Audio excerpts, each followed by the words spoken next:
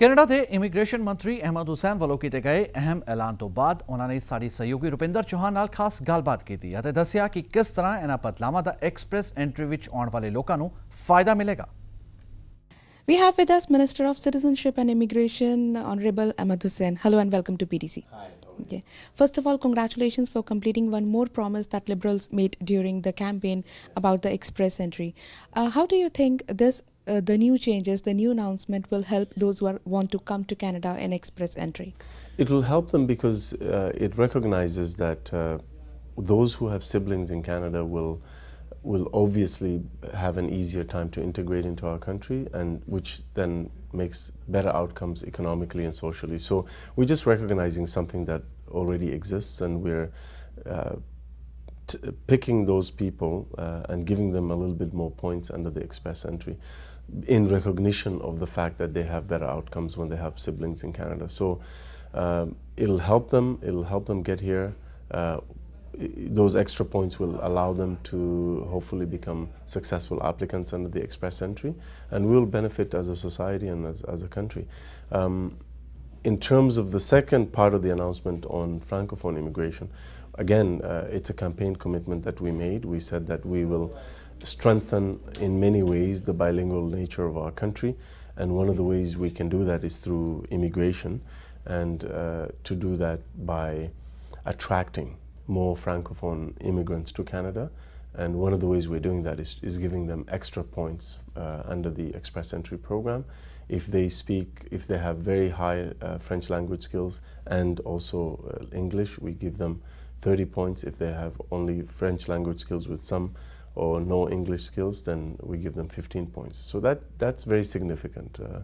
And I think it will lead to more Francophone newcomers coming into Canada and boosting and contributing to the vitality of Francophone minority communities all across this country.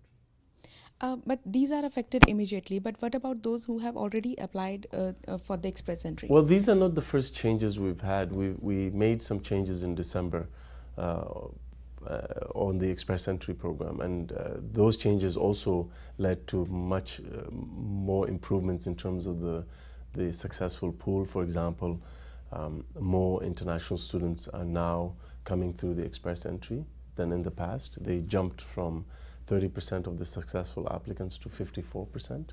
So we're doing what we can to always improve on this program and make it a better program. It's a great program right now, but better is always possible, and we've always committed to doing that. But above and beyond the express entry, we're aggressively moving on client service, making sure that the processing time, for example, for all different immigration streams is faster and more responsive. So, for example, when we came in under the spousal application program, it used to take 26 months, sometimes more, for the application process. We came in, and we had a backlog too in that system.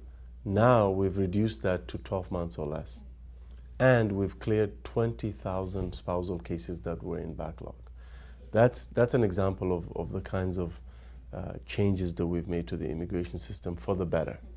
I just came back from a trip to Jordan, Egypt, and UAE, and while I was in UAE, I visited Abu Dhabi, our visa office in Abu Dhabi, which processes files from Pakistan, the temporary resident visa files from Pakistan and Afghanistan, and all the Gulf countries. And the reason I went there is to see how we can improve processing time and and also facilitate more online applications as opposed to paper applications, and what better ways we can do to just make the system more, not only speedier, but also more efficient, more responsive to clients.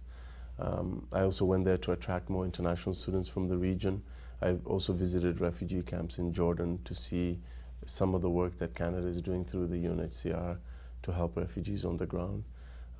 We have had a lot of success improving processing times in our Chandigarh visa office. The approval rate there was around 40%.